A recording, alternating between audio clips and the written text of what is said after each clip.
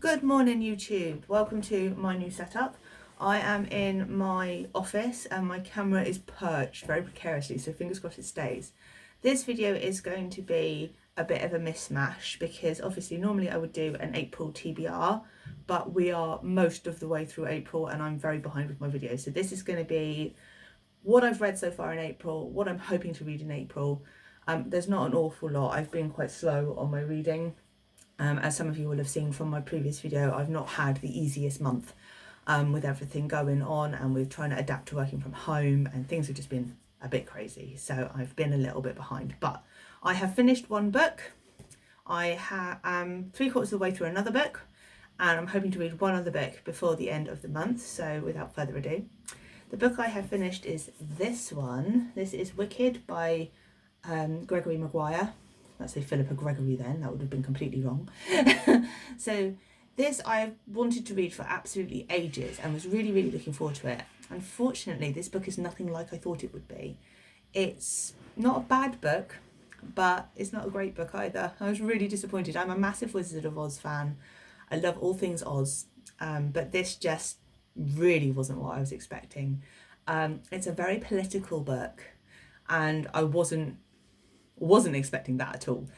It doesn't mean that it's bad. It's an interesting plot. It's an interesting story, but it does have some very political and very religious overtones, and wasn't really what I was expecting. It's quite heavy going, quite difficult to read in places, and took me a lot longer than expected. I mean, it's not a small book. It's about 500 pages. And for a book that didn't really grip me, it was a bit hard work. Would I recommend it? Probably not, to be honest. I have no idea how they made this into a musical. That I would like to see, purely out of interest, because the story really doesn't lend itself, in my opinion, to a musical.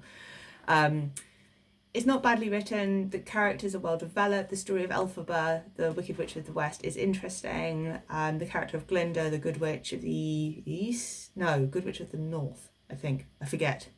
But Glinda the Good Witch. Let's just go with Glinda the Good Witch. Her character's interesting. The plot, the interactions between the characters, it's all good, but it didn't grip me. So for me, this is me being generous. I gave this 3 out of 5, mainly because it's an Oz-based story. It isn't badly written. There's nothing actually wrong with it. I just didn't enjoy it. And also there's a lot of unanswered questions. Like, for example, Elphaba is obviously born with green skin, and we never actually find out why. That question's never answered. So that was frustrating. Like, there's suggestions as to why, but there's no actual definite she's green because, which was a bit irritating. There's quite a lot of things like that that just kind of don't come to fruition. So yeah, disappointing. That's enough about that one. So sorry, the camera angle's awkward. It's kind of cutting my head off. So I'm used to sitting here, and then you only get half of me. So the next book I'm reading, this is much better. This is my book club book for this month, and it's on my Kindle, so I'm going to show it to you this way. This is Station 11. It's by Emily St. John Mandel. I'm never going to remember that without looking at it. Sorry, you've got Reflection, but this is the front cover. This is a very interesting book to be reading at the moment because it is about a flu epidemic, or pandemic, should I say. So this is a dystopian novel. I haven't read any dystopian literature for ages. I love this book. It is brilliant. I'm really enjoying it. Like I said, I'm 3/4 of the way through it. I don't want to talk about it too much because I'm aware that some of my book club people may watch this, and I don't want to give anything away. But it's very pertinent to the current time. It's quite, if you are affected and are anxious about what's going on in the world at the moment, it may not be the best read. I struggled with the beginning of it, thinking I wasn't going to be able to read it because it was quite triggering for me, but actually there's enough story that isn't directly related to the flu outbreak in the book that I can kind of cope with it. There's a lot of other sort of stories within that, and the development of the individual characters, how they're affected, what's going on in their lives as a result, what their past lives were like. It's really interesting. Like I said, I don't want to give too much away in case anyone from book club is listening and hasn't finished it or isn't as far through it as I am yet, so I don't want to ruin it for anyone, but I've got a feeling this is going to be a 5-star for me. I really like it. It's well written, the story's brilliant, and I really relate to it at the moment, and that's probably because of the circumstances in the world. But yeah, very much enjoying it. Haven't read anything by Emily St. John Mandel before. May have to have a look and see what else she's written, because yeah, this has definitely been a real pleasure, and I didn't think I'd like it. So always nice to have a surprise. So yeah, I definitely would recommend. Obviously with the subject matter, like, be mindful if you're going to read it that it can trigger, it can be anxiety provoking, particularly in the current climate. So just a little disclaimer there, I don't want anyone to pick it up and then be horrified or anything. But it's, yeah, the story's really good. So that's my current read. And then the other one that I want to hopefully, fingers crossed, get to before the end of the month, this has been sat on my TBR for quite a while. This is Educated by Tara Westover. This is a book, again, quite topical at the moment.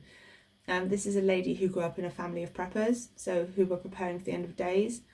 It's a non-fiction book. I just think it'd be really interesting to see what her experience was like. She obviously left the prepping community. So it says sort of on the back, for example, officially she didn't exist. So she had no birth certificate.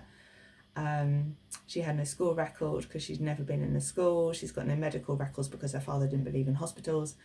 And as she got older, so her family became more radical, and she decided at 16 to leave. So yeah, should be interesting. I've been wanting to read this for ages. I like true life stories. I find them really, really interesting, and I like alternative community stories. So I don't know an awful lot about the prepping community. I'd be interested to learn more. I also have a fascination with the Amish community. I'm listening to a book on, not Audible, the other one, Scribd. I couldn't think of the name of it then, which is about, it's an Amish story, because I find the different communities really interesting. It's my little update video of sort of where I am with my reading at the moment. I hope that you've enjoyed it this morning. I just wanted to pop on and sort of say I am still around. I am trying to film. I've been a bit behind because of everything going on and some mental health difficulties in my own life. Things are improving there for those of you that have sent me messages of concern. I'm all right. It's just not easy, but I think lots of us are feeling that at the moment, and if I can help anybody to try and stay positive, stay upbeat, look after themselves, you know, make sure you do your self-care. I know everybody bangs on about self-care, but it is really important and it does help. And just take care of yourselves and take care of each other, and if anyone wants to chat, leave me a comment below because I'm happy to help. Hope you've had a good morning, you're enjoying this, reading this, or watching this I should say, and I'll see you in the next one. Bye for now.